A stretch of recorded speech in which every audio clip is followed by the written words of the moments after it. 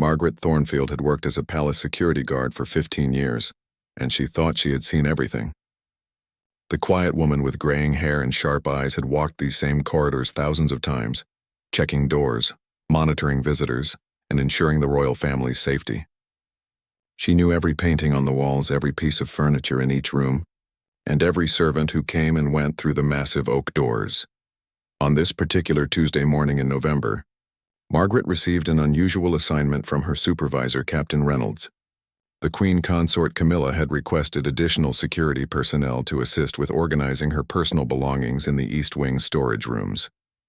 Several boxes and trunks had been moved from various royal residences, and they needed to be cataloged and secured properly.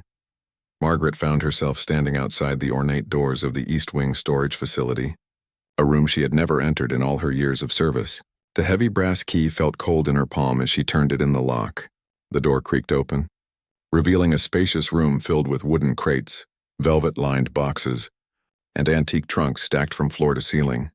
The musty smell of old fabric and polished wood filled her nostrils as she stepped inside. Sunlight streamed through tall windows, creating dancing dust particles in the air. Margaret had been instructed to create a detailed inventory of everything in the room, photographing each item and recording its condition and contents. She began with the boxes nearest the door, each one bearing elegant labels written in flowing script. The first few contained modern jewelry, designer handbags, and silk scarves that clearly belonged to Camilla. Margaret carefully documented each item, taking photographs and making notes on her clipboard. As she worked deeper into the room, the items became older and more intriguing. She discovered boxes filled with vintage clothing from decades past, some pieces still bearing the faint scent of expensive perfume. There were photo albums filled with black and white pictures of people she didn't recognize, their faces frozen in time with genuine smiles and elaborate clothing. Hours passed as Margaret methodically worked through box after box. Her back ached from bending over the heavy containers, but she pressed on, determined to complete her assignment thoroughly. The palace had strict protocols for handling royal belongings, and she took her responsibility seriously. It was nearly afternoon when Margaret reached a particularly ornate trunk pushed against the far wall. Unlike the other containers, this one appeared much older, its leather surface cracked with age and brass fittings tarnished green. The trunk bore no label, and its lock looked different from the modern security measures used on the other boxes. Margaret tried several keys from the ring Captain Reynolds had given her, but none seemed to fit. She examined the lock more closely, noticing intricate engravings around the keyhole that looked like they might be royal symbols. Something about this trunk felt different, more significant than the other items in the room. Using a small tool from her security kit, Margaret carefully worked at the old lock mechanism. She had learned basic lockpicking during her security training, though she had never expected to use those skills in a royal storage room. After several minutes of careful manipulation, she heard a satisfying click as the lock finally gave way. The trunk opened with a soft sigh, as if it had been holding its breath for years. Inside, Margaret discovered layers of tissue paper, yellowed with age and brittle to the touch. As she carefully peeled back the protective wrapping, her breath caught in her throat. Nestled in the tissue paper was the most beautiful necklace she had ever seen. Diamonds and sapphires caught the afternoon light, throwing rainbow reflections across the walls of the storage room. The piece was clearly antique, its design speaking of a bygone era of elegance and craftsmanship that seemed almost magical. Margaret's hands trembled slightly as she lifted the necklace from its resting place. The weight of it surprised her, and she could feel the quality of the materials beneath her fingers. This wasn't just expensive jewelry, this was something with real history, something that belonged in a museum or a royal collection. As she continued exploring the trunk's contents, Margaret found more treasures. There were matching earrings, an ornate tiara that seemed to glow with its own inner light, and several brooches decorated with precious stones she couldn't identify. Each piece was more magnificent than the last, and all of them shared the same distinctive style and craftsmanship. At the bottom of the trunk, wrapped in a piece of faded silk, Margaret discovered something that made her heart race. It was a small leather journal, its pages filled with handwritten entries in elegant script. As she carefully opened the cover, she saw a name written in flowing letters, property of Her Majesty Queen Elizabeth, the Queen Mother.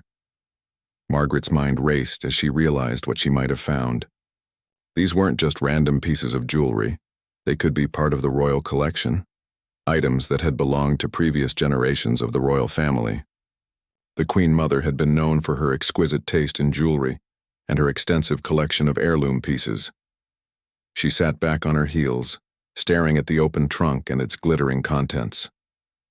According to her instructions, she was supposed to be cataloging Camilla's personal possessions, but these items clearly predated the Queen Consort's time in the royal family by many decades. Margaret carefully photographed each piece, her camera flash illuminating the precious stones and intricate metalwork. As she worked, questions began forming in her mind. How had these pieces ended up in a storage room with Camilla's personal belongings? Why weren't they in the official royal collection where such valuable historical items usually resided? The afternoon sun was beginning to fade when Margaret finally closed the trunk, though she didn't lock it again. She had documented everything she had found, but something told her this discovery was far more significant than a simple inventory assignment. These weren't just beautiful old pieces of jewelry. They were potentially lost treasures with important historical significance. As she gathered her equipment and prepared to leave the storage room, Margaret couldn't shake the feeling that she had stumbled onto something extraordinary. The weight of responsibility settled on her shoulders as she realized she might be the first person to see these items in years, possibly decades. Tomorrow she would need to report her findings to Captain Reynolds, but tonight she would research everything she could about the Queen Mother's jewelry collection and try to understand exactly what she had discovered. Margaret barely slept that night. She tossed and turned in her small apartment, her mind filled with images of sparkling diamonds and ancient sapphires. The discovery in the East Wing storage room had shaken her more than she wanted to admit. After 30 years of working various jobs before joining the palace security team, she had developed good instincts about when something wasn't quite right. Early the next morning, she arrived at work an hour before her shift began. The palace library was open to staff members, and Margaret had decided to do some research before reporting her findings to Captain Reynolds. She wanted to understand exactly what she had found before she spoke to anyone in authority. The librarian, Mrs. Henderson, was surprised to see Margaret so early. The security guard had never shown much interest in the palace's extensive collection of books and historical documents before. Margaret explained that she was researching the Queen Mother's jewelry collection for a security assignment, which was technically true, even if it wasn't the complete truth. Mrs. Henderson led her to a section filled with books about royal history and jewelry collections. Margaret found several volumes specifically about the Queen Mother's famous pieces, including detailed photographs and descriptions of her most treasured items. As she flipped through the pages, her heart began to race, and there, on page 47 of Royal Treasures, the Queen Mother's collection, was a photograph of the exact necklace she had found the day before. The caption read, "The Midnight Stars necklace commissioned in 1925 for Queen Elizabeth's 25th birthday." This piece, featuring rare Ceylon sapphires and Golconda diamonds, was believed to have been lost during the reorganization following Her Majesty's death in 2002. Margaret's hands shook as she continued reading. The book described several other pieces that had mysteriously disappeared from the Queen Mother's collection during the sorting and distribution of her belongings after her passing. The Midnight Stars necklace alone was valued at over £2 million, not including its historical significance. She found photographs of the matching earrings, the tiara, and even some of the brooches she had discovered. According to the book, these items were part of a coordinated set that the Queen Mother had worn to major state functions throughout her life.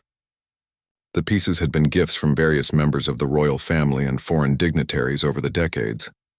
Margaret photographed the relevant pages with her phone, making sure to capture the detailed descriptions and valuations. As she read more, she learned that there had been some controversy after the Queen Mother's death about missing items from her collection. Several pieces had never been officially accounted for, leading to speculation about their whereabouts. The morning flew by as Margaret absorbed as much information as possible. She learned about the historical significance of each piece, their provenance, and their importance to the royal family's heritage. These weren't just valuable objects, they were irreplaceable links to British royal history. When her official shift began at 9 o'clock, Margaret reported to Captain Reynolds as usual. She had decided to be completely honest about her discovery, despite her growing concerns about how these items had ended up where she found them. Reynolds was a fair man who had always treated her with respect, and she trusted him to handle the situation appropriately. Captain Reynolds listened carefully as Margaret described her assignment in the East Wing storage room and her discovery of the antique trunk. She showed him the photographs she had taken and the research she had compiled from the library books. His expression grew more serious with each detail she shared. After Margaret finished her report, Reynolds was quiet for several minutes, studying the photographs on her camera. Finally, he looked up at her with a mixture of concern and appreciation in his eyes. He told her that she had done exactly the right thing by researching the items and bringing her findings to him immediately. Reynolds explained that the situation was more complex than a simple inventory assignment. He had been instructed by higher authorities to have the East Wing storage room cataloged, but he hadn't been told about the potential presence of historically significant items. The Queen Mother's missing jewelry had been a subject of quiet investigation for years. With various theories about what had happened to the pieces, Margaret asked the obvious question that had been troubling her since the previous afternoon. How had items belonging to the Queen Mother ended up in storage with Camilla's personal possessions? Reynolds admitted that he didn't have an answer to that question, but he assured her that it would be investigated thoroughly. The captain made several phone calls while Margaret waited in his office. She could hear him speaking in hushed, serious tones to various people, mentioning her name and the discovery multiple times. It was clear that her findings had set something significant in motion within the palace hierarchy. After finishing his calls, Reynolds told Margaret that she would need to write a detailed formal report about her discovery. He also informed her that she might be questioned by investigators and possibly by members of the royal household itself. The missing jewelry represented not just monetary value, but important pieces of British royal heritage. Margaret spent the rest of her shift writing the most important report of her career. She documented every detail she could remember about finding the trunk, describing the lock, the contents, and her research process. She included timestamps, photograph numbers, and exact descriptions of each piece she had found. As she worked on the report, Margaret couldn't help but wonder about the implications of her discovery. If these were indeed the Queen Mother's missing heirlooms, their presence in Camilla's storage room raised serious questions. Had they been placed there deliberately? Were they forgotten remnants of some official transfer?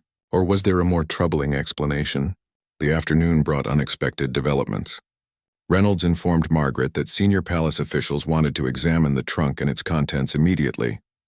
A small team of experts would be arriving within hours, including a jewelry appraiser, a royal historian, and someone from the Lord Chamberlain's office. Margaret felt a mixture of excitement and anxiety as she prepared to guide the experts to the East Wing storage room. Her routine security assignment had transformed into something that could have significant consequences for the royal family. She had uncovered what appeared to be a treasure trove of lost royal heirlooms, but the circumstances surrounding their discovery remained mysteriously unclear. As the experts arrived and Reynolds briefed them on Margaret's findings, she realized that her life as a quiet palace security guard was about to change dramatically. The next few hours would determine whether she had simply found some misplaced historical artifacts or whether she had stumbled onto something that could cause serious embarrassment or worse. For the royal household, standing outside the East Wing storage room with the team of experts, Margaret took a deep breath and inserted the brass key into the lock one more time. Whatever happened next, she knew she had done her duty by reporting the truth about what she had found. The expert team that accompanied Margaret back to the East Wing storage room was unlike any group she had ever encountered during her years at the palace. Dr. Patricia Whitmore, the royal jewelry historian, wore white cotton gloves and carried a specialized magnifying glass. James Morrison, the certified appraiser, brought a portable scale and various testing instruments. The third member of the team, Sir Geoffrey Hartwell from the Lord Chamberlain's office, maintained a stern expression that made Margaret increasingly nervous. As they entered the storage room, Margaret noticed the atmosphere had changed completely from her solitary discovery the day before. The casual curiosity she had felt while exploring the various boxes had been replaced by an official tension that made everyone speak in hushed tones. She led the experts directly to the ornate trunk, which remained exactly as she had left it. Dr. Whitmore was the first to examine the contents, carefully lifting each piece with her gloved hands while Morrison took detailed photographs from multiple angles. The historian's excitement was barely contained as she identified piece after piece from her extensive knowledge of royal collections. She confirmed that the Midnight Star's necklace was indeed authentic, pointing out specific craftsman marks and unique design elements that proved its provenance. The matching tiara caused even more excitement among the experts. Dr. Whitmore explained that this particular piece had been worn by the Queen Mother to several major state functions, including the coronation of Queen Elizabeth II in 1953. Historical photographs existed showing the Queen Mother wearing this exact tiara, making its identification absolutely certain. As Morrison worked with his testing equipment to verify the authenticity of the metals and stones, Sir Geoffrey questioned Margaret about every detail of her discovery. He wanted to know exactly how she had gained access to the trunk, why she had decided to open it, and whether anyone else knew about her findings. His questions were polite but thorough, making Margaret feel like she was being investigated rather than thanked for her discovery. The appraiser's preliminary assessment confirmed what Margaret had suspected from her library research. The items in the trunk represented millions of pounds in value, with the historical significance adding even more to their worth. Morrison explained that pieces like these rarely appeared on the market, making accurate valuation extremely difficult, but he estimated the total value at somewhere between 8 and 12 million pounds. Dr. Whitmore discovered additional treasures as she continued examining the trunk's contents. Hidden beneath the main jewelry pieces, she found several smaller items that had also been listed among the Queen Mother's missing possessions. There was a pair of pearl and diamond drop earrings that had belonged to Queen Victoria, a sapphire brooch given as a wedding gift by the Crown Prince of Sweden, and a delicate gold bracelet with the royal cipher engraved on its clasp. Each new discovery added to the growing excitement and concern in the room. Sir Geoffrey made several phone calls, speaking in code words and official language that Margaret couldn't understand. It was clear that the discovery was being reported to very high levels within the palace hierarchy, possibly including members of the royal family themselves. After 3 hours of detailed examination and documentation, the experts had confirmed what Margaret had suspected. The trunk contained a significant portion of the Queen Mother's jewelry collection that had been missing for over 20 years. These were not copies or similar pieces, but the actual historical artifacts that had disappeared after the Queen Mother's death. The question that everyone was avoiding became impossible to ignore any longer. Sir Geoffrey finally addressed the elephant in the room by asking Margaret to explain once again how she had been assigned to catalog items in a storage room that was supposed to contain only Camilla's personal possessions. Margaret repeated her account of receiving the assignment from Captain Reynolds, emphasizing that she had simply been following orders. Dr. Whitmore raised another troubling point during their discussions. She explained that the missing jewelry had been the subject of internal investigations for years, with various theories about what might have happened to the pieces. Some investigators had suggested that the items might have been stolen during the chaos following the Queen Mother's death, while others believed they had been misplaced. During official transfers of property, the discovery of the jewelry in a storage room associated with Camilla's belongings created an entirely new scenario that no one had previously considered. Sir Geoffrey made it clear that this revelation would require a complete investigation into how the items had ended up where Margaret found them. The implications were serious enough to potentially affect the reputation of the royal family. As the afternoon wore on, Margaret began to understand that her discovery had created a crisis within the palace. The experts packed the jewelry carefully in specialized containers, preparing to transport everything to secure facilities where more detailed authentication and investigation could take place. Margaret was instructed to seal the storage room and ensure that no one else gained access without official authorization. Captain Reynolds arrived near the end of the expert examination, bringing news that added another layer of complexity to the situation. He informed the group that he had been contacted by Camilla's private secretary, who was demanding an explanation for why the Queen Consort's storage room was being examined by official investigators. Apparently, word of the investigation had reached Camilla's staff, and they were asking questions about what had been discovered. Sir Geoffrey's expression grew even more serious as he processed this information. He explained to Margaret that the situation had now become extremely sensitive from a political standpoint. The royal family's reputation could be affected depending on how the presence of the missing jewelry was explained to the public and the press. The experts prepared to leave the storage room, taking the recovered jewelry with them for further study. Margaret was given strict instructions not to discuss her discovery with anyone outside the investigation team. She was also told that she might be called for additional questioning as the investigation progressed. As the group prepared to depart, Dr. Whitmore pulled Margaret aside for a private conversation. The historian thanked her for the care she had taken in handling the precious artifacts and for reporting her discovery through proper channels. She explained that Margaret's actions had potentially saved irreplaceable pieces of British royal heritage from being lost forever. However, Dr. Whitmore also warned Margaret that the coming days might be difficult.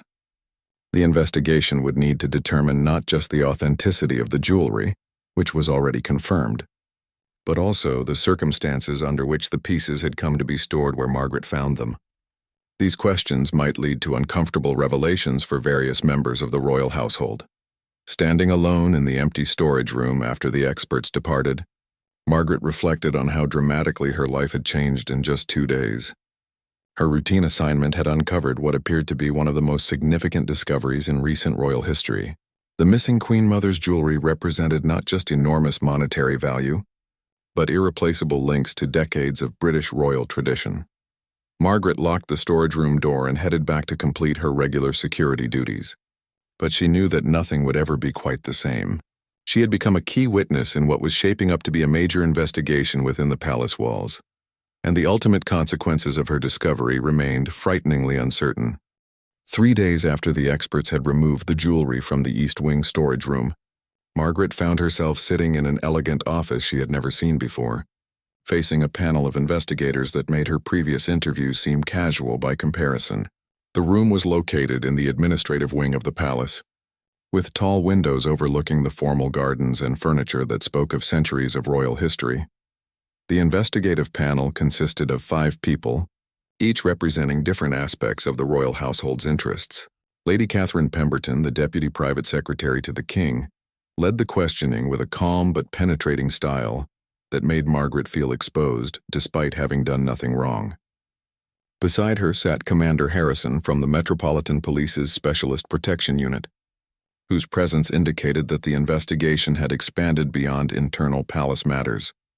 The third panel member was someone Margaret recognized but had never expected to encounter personally. Sir Michael Thornton, the Lord Chamberlain himself, observed the proceedings with an intensity that made clear the seriousness with which the royal household viewed her discovery. The remaining 2 investigators were specialists in art fraud and historical artifacts, brought in to ensure that every aspect of the case was examined thoroughly. Margaret had been preparing for this interview since receiving the formal summons 2 days earlier. Captain Reynolds had advised her to answer all questions truthfully and completely, emphasizing that her cooperation was essential for resolving the matter satisfactorily. She wore her best clothes and arrived 15 minutes early, determined to handle herself professionally, despite her growing anxiety. Lady Pemberton began by reviewing the timeline of Margaret's discovery, asking her to repeat once again the exact sequence of events that had led to her finding the trunk. Margaret had told this story so many times by now that she could recite it perfectly, but she forced herself to slow down and provide every detail the panel requested. The questions became more probing as the interview continued.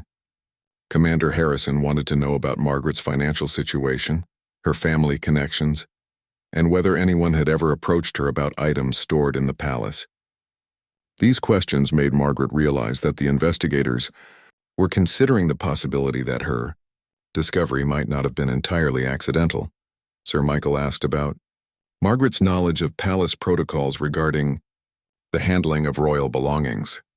He seemed particularly interested in her decision to photograph the jewelry pieces before reporting her discovery to Captain Reynolds. Margaret explained that documentation was standard procedure for security personnel, and that she had wanted to ensure she could provide complete information to her superiors. The art fraud specialist, Dr. Emily Chen, questioned Margaret extensively about her familiarity with valuable jewelry and antiques.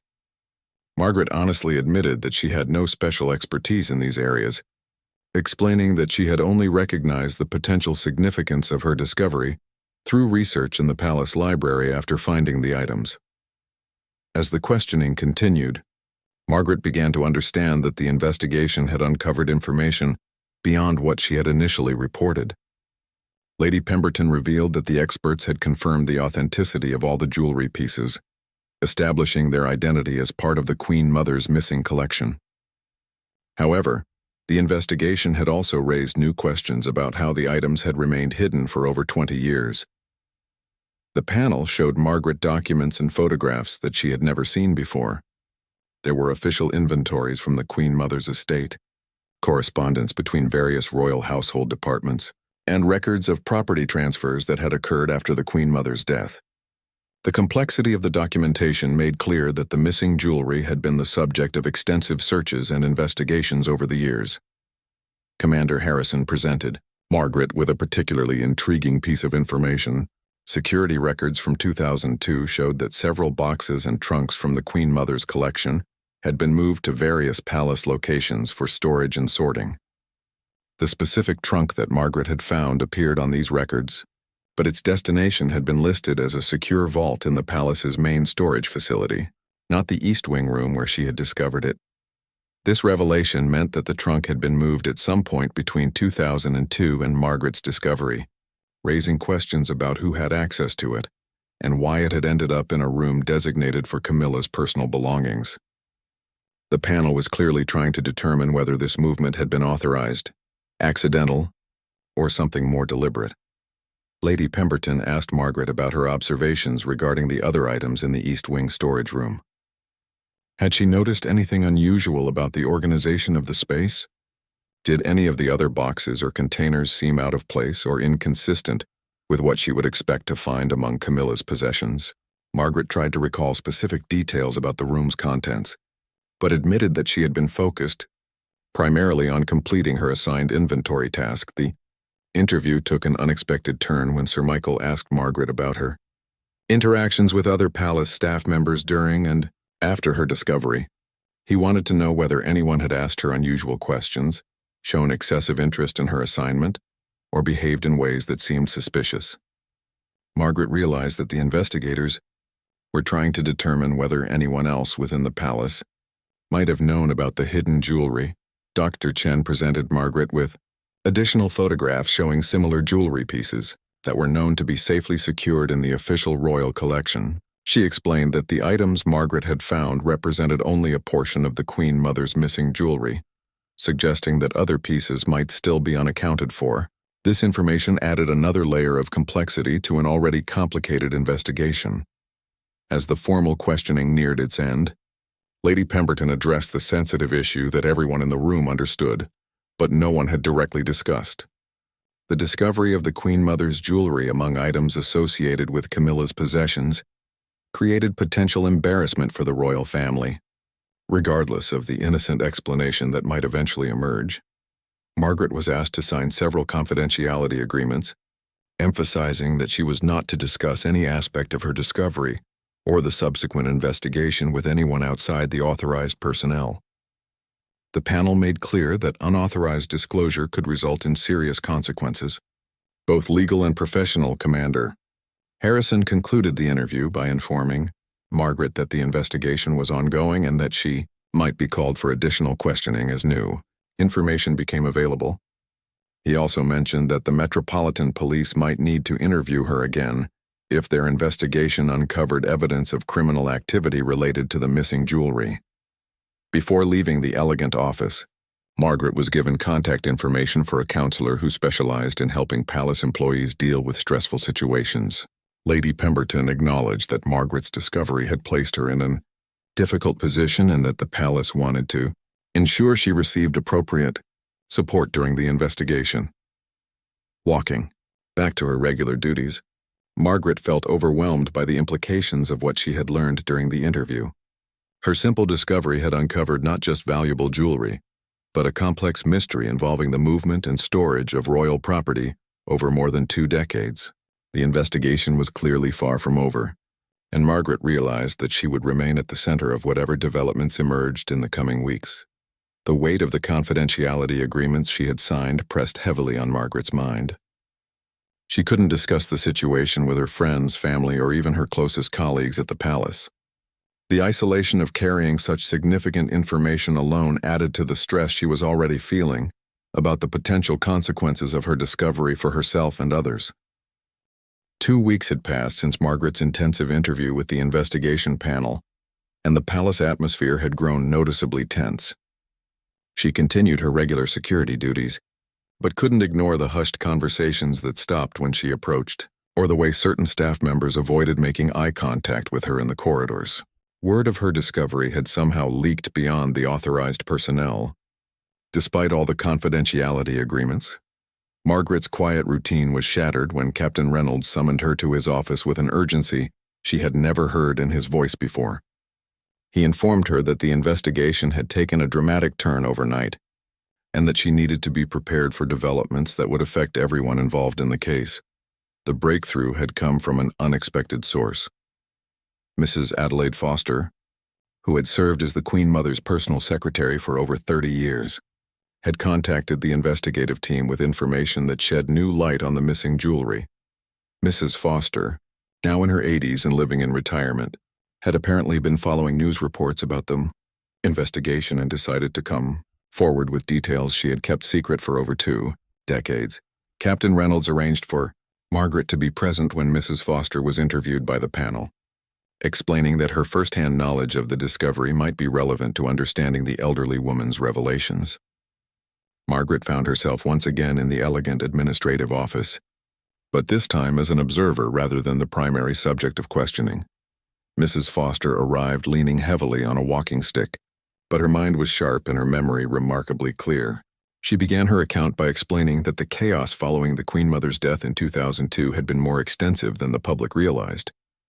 The sorting and distribution of the Queen Mother's vast collections of personal belongings had taken months, involving dozens of staff members and multiple royal residences. According to Mrs. Foster, several items from the Queen Mother's jewelry collection had been deliberately set aside during the initial inventory process. The Queen Mother had left specific instructions in a private letter that certain pieces should be given to family members as personal mementos, separate from the official bequests outlined in her will. The Midnight Star's necklace and its matching pieces were among the items designated for these private gifts. The elderly secretary revealed that she had been responsible for securing these special pieces in a separate location while arrangements were made for their distribution. She had personally supervised their placement in the ornate trunk that Margaret had discovered, choosing it because of its historical significance and secure lock.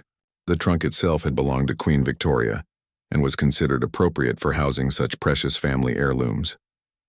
Mrs. Foster's voice trembled as she continued her account, admitting that complications had arisen during the distribution process. Some of the intended recipients had been dealing with their own grief and had requested delays in receiving their bequests. Others had been traveling or otherwise unavailable when the distributions were supposed to take place. The private letter containing the Queen Mother's instructions had been sealed, and Mrs. Foster had felt bound by protocol to wait for proper authorization before proceeding. The turning point had come when Mrs. Foster herself became seriously ill in late 2002, requiring an extended hospital stay followed by months of recovery. During her absence, the remaining staff members who knew about the specially set-aside jewelry had been reassigned to other duties or had retired.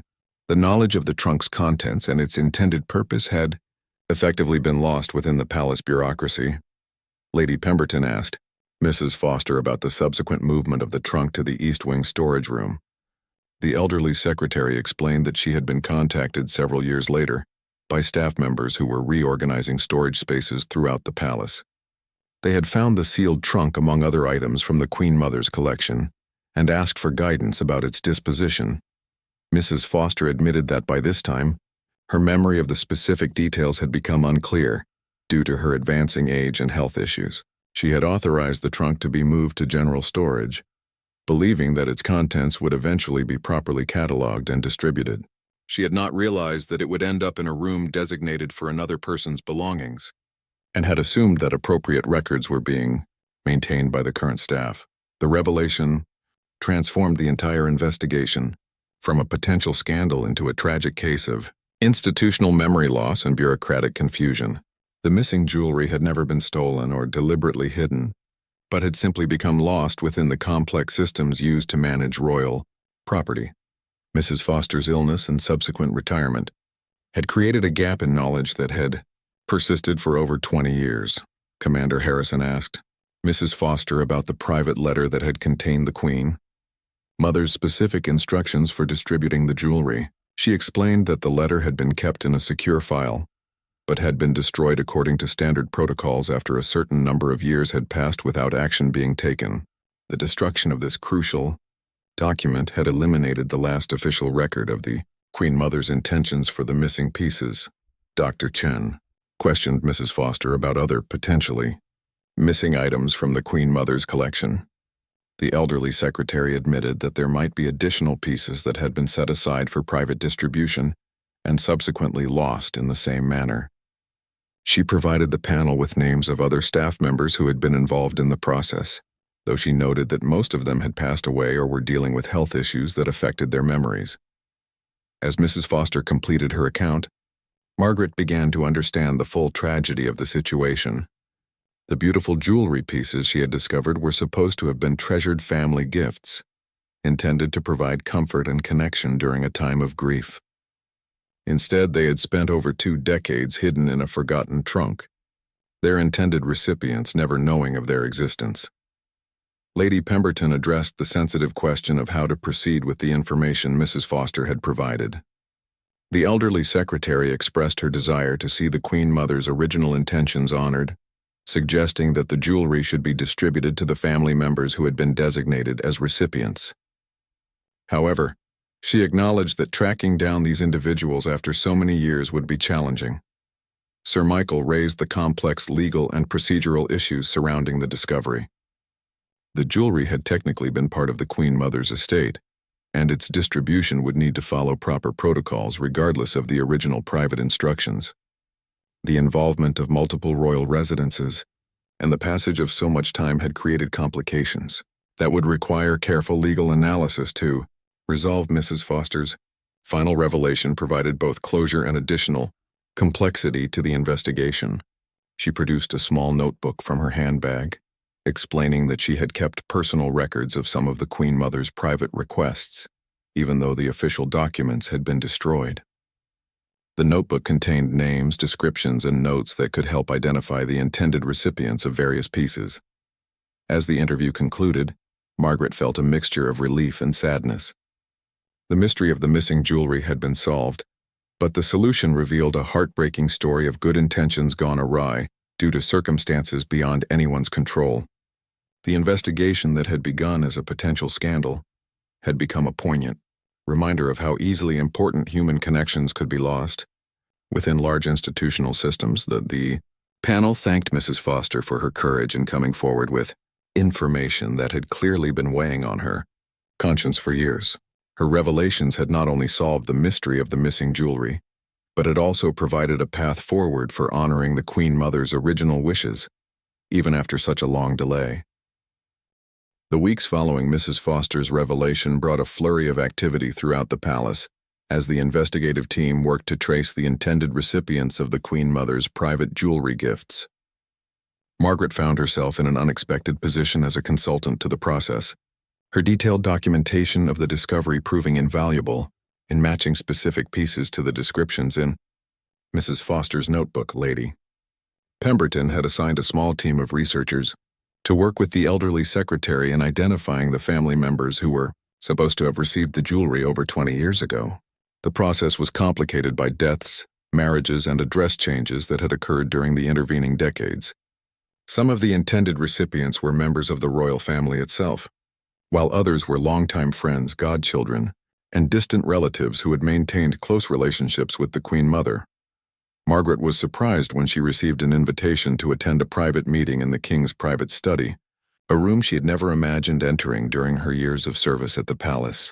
Captain Reynolds accompanied her, explaining that her role in discovering the jewelry and her careful handling of the investigation had earned recognition at the highest levels of the royal household. King Charles received Margaret with a warmth and genuine gratitude that immediately put her at ease despite the formal surroundings. He thanked her personally for the care she had taken in preserving the jewelry and for following proper protocols in reporting her discovery. The king explained that the recovered pieces held deep sentimental value for the royal family, representing not just monetary worth but irreplaceable connections to his beloved grandmother. During their conversation, the king shared personal memories of seeing his grandmother wear some of the recovered pieces during important family occasions. The Midnight Stars necklace had been particularly significant, as the Queen Mother had worn it to his own wedding to Diana in 1981. The tiara had been featured in numerous official portraits and state functions throughout the Queen Mother's long life of service. The king also addressed the sensitive issue of how the jewelry had come to be found among items associated with Camilla's belongings. He explained that the queen consort had been completely unaware of the trunk's contents and had been as surprised as everyone else by the discovery. The storage room reorganization that had led to Margaret's assignment had been part of routine household management, not any attempt to hide or access the missing pieces. Margaret learned that Camilla had actually been instrumental in ensuring that the investigation proceeded with complete transparency. The queen consort had immediately made all of her storage areas available for examination and had insisted that any questions about the jewelry's presence be answered fully. Regardless of potential embarrassment to herself or the royal household, the king shared the decision that had been made regarding the distribution of the recovered jewelry. After extensive consultation with legal experts and family members, it had been determined that the Queen Mother's original intentions would be honored as closely as possible. The pieces would be given to their intended recipients or their heirs, following the spirit of the private instructions that Mrs. Foster had preserved in her notebook. Margaret was moved when the king presented her with a personal letter of commendation that would become part of her permanent personnel file. More significantly, he offered her a position within the palace's Cultural Heritage Department, where her experience with the jewelry discovery could be applied to managing and protecting other historical artifacts. In the royal collection, the offer represented a significant advancement in Margaret's career, moving her from security work to a specialized role that few people ever had the opportunity to pursue. The king explained that her combination of practical experience, attention to detail, and genuine respect for historical artifacts made her an ideal candidate for this type of work. In the days that followed her meeting with the king, Margaret witnessed the beginning of the jewelry distribution process. The first piece to be returned to its intended recipient was a delicate pearl bracelet that had been designated for Lady Sarah Chatto, the Queen Mother's granddaughter. Margaret was present when Lady Sarah received the bracelet, witnessing the emotional moment when she recognized a piece she had admired during her childhood visits with her great-grandmother. The distribution ceremony for the Midnight Stars necklace was particularly poignant. It had been intended for Princess Anne, who had shared a special bond with the Queen Mother throughout her life. Princess Anne's reaction upon seeing the necklace again after more than 20 years was deeply moving, as she recalled specific occasions when she had accompanied her grandmother to events where the piece had been worn. Margaret's new role in the Cultural Heritage Department began with a comprehensive review of storage and cataloging procedures throughout the palace's various facilities. Her experience with the missing jewelry had highlighted weaknesses in the systems used to track and manage historical artifacts, and she was tasked with developing recommendations for improvements. Working closely with Dr. Whitmore and other experts, Margaret helped create new protocols for documenting and securing valuable items in the royal collection. The procedures included regular audits, detailed photographic records, and multiple backup systems to prevent the kind of institutional memory loss that had led to the jewelry being forgotten for so many years. The investigation had also revealed that several other items from various royal collections had been misplaced over the years due to similar systemic issues. Margaret's new responsibilities included participating in comprehensive searches of storage facilities throughout the royal estates, looking for other lost treasures that might be waiting to be rediscovered. One of Margaret's most satisfying discoveries during these searches was a collection of watercolor paintings by Queen Victoria, which had been missing from the royal collection for over 15 years. The paintings were found in a mislabeled box in Windsor Castle's archives, and their recovery helped validate the new cataloging procedures that Margaret had helped develop. The media attention surrounding the jewelry discovery had been carefully managed by the palace's communications team, but news of the recovered Queen Mother's heirlooms had generated significant public interest. Margaret found herself mentioned in several newspaper articles as the dedicated palace employee whose careful attention to duty had led to the remarkable discovery. Mrs. Foster became something of a celebrity in her own right, with her story of dedication to the Queen Mother's memory resonating with people around the world. She was invited to attend several of the jewelry distribution ceremonies, finally seeing the completion of the task she had begun over 20 years earlier. Her notebook became an important historical document in its own right, providing insights into the Queen Mother's personal relationships and generous spirit. As Margaret settled into her new role, she reflected on how dramatically her life had changed as a result of opening one mysterious trunk. Her discovery had not only recovered millions of pounds worth of historical artifacts, but had also revealed a touching story of love, loss, and the enduring power of family connections. The investigation had transformed from a potential scandal into a celebration of the Queen Mother's legacy and the dedication of those who had served her faithfully. 6 months after her life-changing discovery, Margaret stood in the newly renovated Royal Heritage Conservation Workshop, a facility that had been created partly in response to the lessons learned from the missing jewelry case. As the workshop's first curator, she oversaw a team of specialists dedicated to preserving and cataloging the royal family's vast collection of historical artifacts. The workshop represented a significant investment in protecting Britain's royal heritage for future generations. State-of-the-art climate control systems maintained perfect conditions for preserving delicate materials, while advanced security measures ensured that valuable items could never again be lost or forgotten. Digital cataloging systems created multiple backup records of every piece in the collection, making it impossible for items to disappear into bureaucratic limbo. Margaret's daily routine now involved examining newly discovered artifacts, supervising conservation treatments, and training other staff members in proper handling procedures. Her background in security had proven invaluable in developing protocols that balanced accessibility for researchers and family members with the need to protect irreplaceable historical objects. The success of the jewelry recovery project had led to additional discoveries throughout the royal estates. Margaret's team had located artwork, furniture, books, and personal items that had been missing for years or even decades.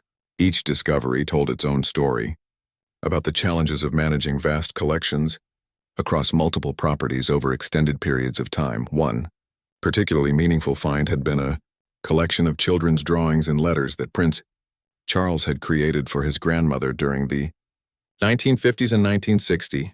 These intimate family artifacts had been preserved by the Queen Mother but had been separated from the rest of her papers during the estate settlement process. Their recovery allowed the king to reconnect with memories of his childhood relationship with his beloved grandmother. Mrs. Foster had become a regular visitor to the workshop, sharing her extensive knowledge of the Queen Mother's preferences and habits with Margaret's team. Despite her advanced age, the elderly secretary's memory for details about specific artifacts remained remarkably sharp, and her insights had proven invaluable in understanding the historical significance of various discoveries. The distribution of the Queen Mother's jewelry had been completed with touching ceremonies throughout the spring and summer. Margaret had been present for most of these occasions, witnessing the joy and emotion of family members receiving pieces that their beloved relative had specifically chosen for them. The last piece to be distributed had been a simple gold locket containing a photograph of King George VI, which went to his great-granddaughter, Lady Louise Windsor. Margaret's transformation from security guard to heritage curator had not gone unnoticed beyond the palace walls. She had been invited to speak at conferences about artifact preservation and had consulted with other institutions about improving their own cataloging systems. Her story had become an inspiration to people working in similar roles throughout Britain's many historic properties. The media interest in the jewelry discovery had evolved into broader coverage of the royal family's efforts to preserve their historical collections for public benefit. Margaret found herself featured in a documentary about royal heritage conservation, where she discussed the importance of maintaining proper records and the dangers of institutional memory loss. The workshop had also become a destination for educational visits from schools and universities. Margaret enjoyed leading tours for students studying history, art, or museum management, sharing her experiences and emphasizing the importance of caring for cultural artifacts. Her ability to explain complex conservation concepts in simple terms made her a popular speaker with visitors of all ages. Captain Reynolds had been promoted to head of palace security, a recognition of his excellent handling of the jewelry investigation and his support for Margaret's career development. He remained a close mentor and friend, often visiting the workshop to check on Margaret's progress and to hear about her latest discoveries. The relationship between Margaret and the royal family had evolved into one of mutual respect and genuine affection. Queen Camilla had made a point of visiting the workshop to thank Margaret personally for her discretion and professionalism during the difficult early days of the investigation. The Queen Consort had also become a supporter of the Heritage Conservation Program, understanding its importance in preserving family history for future generations. King Charles had established an annual award recognizing palace employees who demonstrated exceptional dedication to preserving royal heritage. Margaret was the first recipient of this honor, which came with both recognition and a substantial financial reward that helped secure her future. In her new career path, the success of the jewelry recovery had also led to international connections with other royal families and historic institutions. Margaret had been invited to share her experiences with conservators from European palaces and had participated in collaborative projects aimed at improving heritage preservation practices across national boundaries. Looking back on her discovery, Margaret often marveled at how a simple assignment to catalog storage room contents had changed not only her own life, but it also had far-reaching effects throughout the royal household. The missing jewelry had been recovered, the Queen Mother's generous intentions had been fulfilled, and important lessons had been learned about the need to preserve institutional knowledge. The workshop had become a model for other heritage institutions, demonstrating how modern technology and systematic approaches could prevent the kind of losses that had kept the Queen Mother's jewelry hidden for over 20 years. Margaret took pride in knowing that her discovery had contributed to protecting countless other historical artifacts for future generations. Mrs. Foster passed away peacefully in her sleep the following winter, satisfied that she had finally completed the task the Queen Mother had entrusted to her so many years earlier. Her funeral was attended by several members of the royal family, and Margaret was honored to be asked to speak about the elderly secretary's dedication and the lasting impact of her decision to come forward with crucial information. The notebook that Mrs. Foster had preserved became part of the royal archives, where it served as both a historical document and a reminder of the importance of maintaining personal connections alongside official procedures. Margaret often consulted the notebook when working with newly discovered artifacts, using Mrs. Foster's detailed observations to understand the context and significance of various pieces. As she stood in the workshop, surrounded by treasures from centuries of royal history, Margaret reflected on the unexpected path that had brought her to this fulfilling career. Her discovery of the Queen Mother's jewelry had begun as a simple matter of following security protocols, but had evolved into something much more significant, a reminder that every person, regardless of their position, could play a crucial role in preserving the cultural heritage that connected past, present, and future generations. The Midnight Stars necklace, now safely housed in Princess Anne's collection, continued to be worn at special family occasions, fulfilling the Queen Mother's intention that these beautiful pieces should bring joy to those she loved. Margaret's careful documentation of her discovery had become part of the necklace's provenance, ensuring that future generations would understand the remarkable story of how these precious family heirlooms had been lost and found again.